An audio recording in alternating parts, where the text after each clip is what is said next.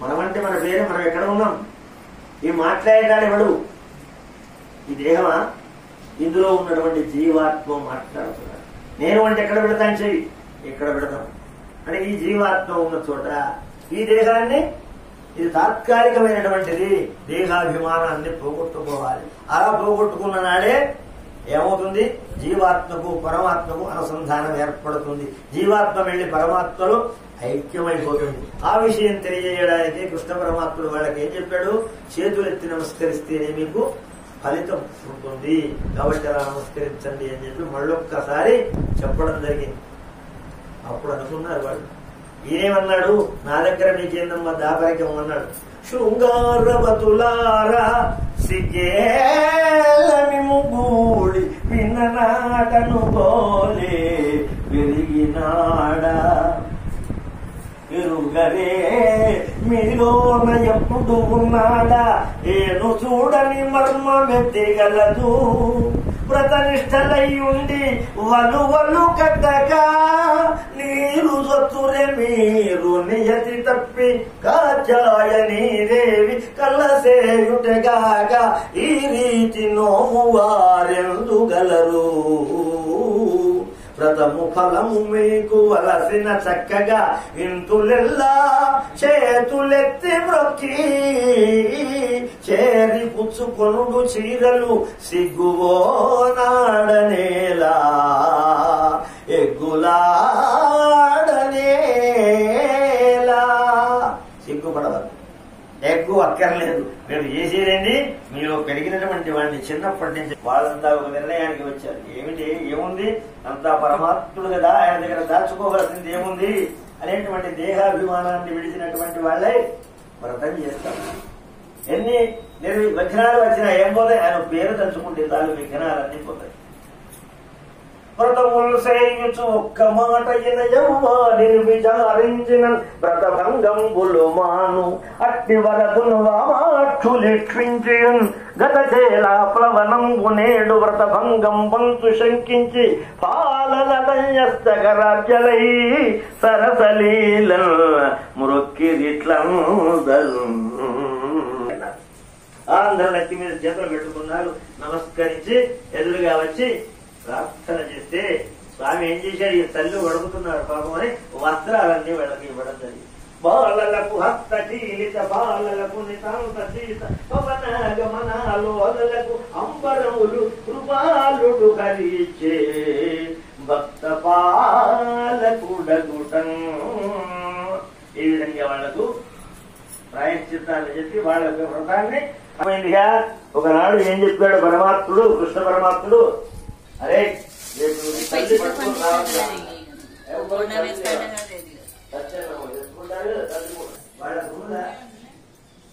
విశ్వాసం ఉన్నది వాళ్లకు పరిపూర్ణమైనటువంటి. సరే అన్నారు వెంటనే.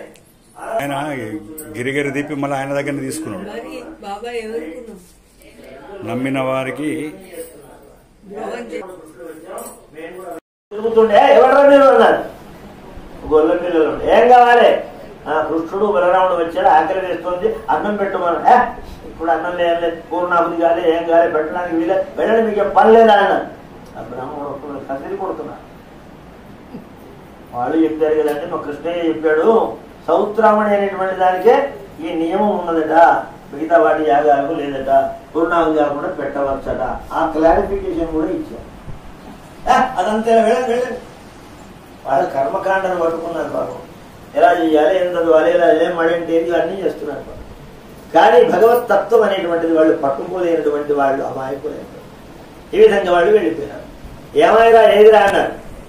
వాళ్ళు పెట్టలేదు. ఏమన్నారు అంటే వెళ్ళగొట్టారు. ఎవరిని అడిగారు రా అన్నారు. అయ్యో బ్రాహ్మణులు అడుగుతారు ఇక్కడ పిచ్చి వాళ్ళు. వాళ్ళు కర్మకాండ అంతా అవి ఇవి చేస్తుంటారు. ఎవరిని అడగాలి? అమ్మలను అడగండి రా, ఆడవాళ్ళు ఉంటారు, వాళ్ళు ఎక్కడ ఉంటారు కదా, వంటశాలలో ఉంటారు రా అన్నాడు. ఓహో అలాగా అన్నారు. వెళ్ళండి అని మళ్ళీ కృష్ణుడు పంపించాడు. ఇక్కడ యజ్ఞం జరుగుతోంది 100,000 మందికి.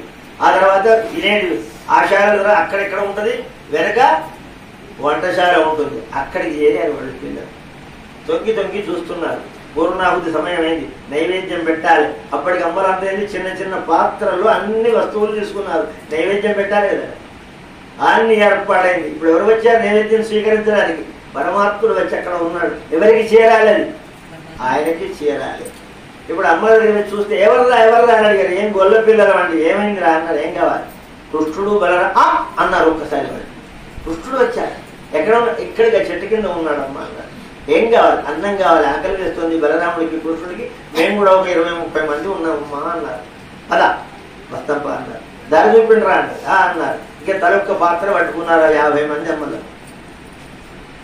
మొదటి పదార్థాలు కూరలు, పప్పులు, గ్లాసులు, చెంచాలు అని ఇంకేంటి వెళ్ళారు. పిల్లలు చూపుతున్నారు, దారి వీళ్ళు పరిగెడుతున్నారు. వాళ్ళు అక్కడ పూర్ణాహుతికి సమయం వెళ్ళి పట్టుకరండి అంటున్నారు. ఎవరు? బ్రహ్మోత్సవులు. వారి నైవేద్యం పెట్టాలి. ఎవరికి పెట్టాలి? పరమాత్మకి పెట్టాలి. వాళ్ళు ఎక్కడికి పట్టుకుపోతున్నారు? పరమాత్మ దగ్గరికి పట్టుకొని పోతున్నారు. చేరాల్సిన చోటికి చేరుతుంది. అరే చెత్తకు వస్తువులు లేరు, విషయానికి ఎవరు లేరు, అమ్మలు లేరు. ఎడిపోతున్నారు, గుంపు పోతున్నారు. అరే ఆగండి అన్నారు. బ్రాహ్మణంతా వెంటబడ్డారు. పోయి పరుగున పోయి కొందరు దొరికారు. పాపం ఆ 2 ముగ్గురు దొరికితే వాళ్ళని బట్టి లాక్కొని వస్తుంటే వాడు మూర్ఛపోయినాడు. ఒక ఆమె ప్రాణం కూడా పోగొట్టుకున్నది. దేహత్యాగం చేసి మోక్షమునకు వెళ్ళినదమ్మా. మిగతా వాళ్ళ అందరే ఏం చేస్తారో, వీళ్ళు ఎక్కడికి పోతున్నారు అనుకుని వీళ్ళు ఆగిపోయారు. బ్రాహ్మణోత్తముడు వాళ్ళు అక్కడికి చేరుకున్నారు. కృష్ణుడు ఎక్కడ ఉన్నాడు? ఆ వృక్షం కింద ఉన్నాడు. ఎలా ఉన్నాడు? ఒక చెవి కానిపై ఒక చేయి సాచి వేరొక చేత లీలాబ్జముచువాని కొప్పున కందని కొన్ని కుంతలములు చెక్కుల నృత్యంబు సేయువాని కురుచ చుంబులు పుచ్చి కుమరాల గట్టిన పసిడి వన్నెలు గల పటము వాని ఔదల తిరిగిరా నలవడ చుట్టిన దట్టంపు పిల్చపు దండవాని రాజి తొత్పల కర్ణపూరములవాని మహిత పల్లవ పుష్పధామములవాని నళిన కోమల చరణములవాని కనిరికాంతలు కన్నుల కరువుదీరా అన్ని అక్కడ విద్యార్థిగా చూస్తున్నారు. ఎవరిని చూస్తున్నారు? పరమాత్ముడిని చూస్తున్నారు. ఎలా ఉన్నాడు? నీలగా ఆయన నిలబడి ఉన్నాడు. ఒక గొల్ల బాలుని మీద చెయ్యి వేశాడు. ఇంకొక చేత ఒక పుష్పాన్ని పెట్టుకుని వాసన చూస్తున్నాడు. ఇంకా ఎలా ఉన్నాడు? ఈ వెంట్రుకలన్నీ కిరీటం నుంచి పెట్టుకుని ఉన్నది వేళ్లాడుతున్నాయట. ఆ నీలాల ముంగురుడు చెక్కిళ్ళు మెరిచిపోతున్నాయి. ఇక్కడ కొండలాలు ధరించాడు పువ్వులతోటి. ఇక కూర్చో చుంగులు చిన్న చిన్న చింగులు ముచ్చి పడతోటి కట్టుకున్నాడు. పట్టు పీతాంబరాన్ని ధరించాడు. ఆ విధంగా ఉన్నటువంటి పరమాత్ముని ఆ పాదమస్తకం చూసి తరించిపోతున్నారు వచ్చినటువంటి అమ్మలంతా. ఇది కలకత్తా బొండనా మైసూర్ బొండనా? కాదు, మన చందన అంటారు. ఇప్పుడు అందరు మైసూర్ బొండ అంటున్నారు. మరి కలకత్తా బొండ ఎందుకు కాదు? అది ఈయన కూడా కలకత్తా కాదు, ఇది మైసూరు కాదు. ఇది మేడు అని అంటే మేడు బోండా అంటే మేడుతోని మినపప్పు మైదాతో చేసింది. కానీ మైసూరులో చేసే బొండా కాదు. మరి అందుకోసం మైసూర్ బొండా మైసూరు బొండా అని దానికి ఎట్లా వచ్చింది. ఓన్లీ పాక్ ఒకటి మైసూరు పాక్కి అక్కడి పేరు, కానీ బొండా అక్కడిది కాదు. ఇది అన్ని ప్రాంతాలు. సూపర్.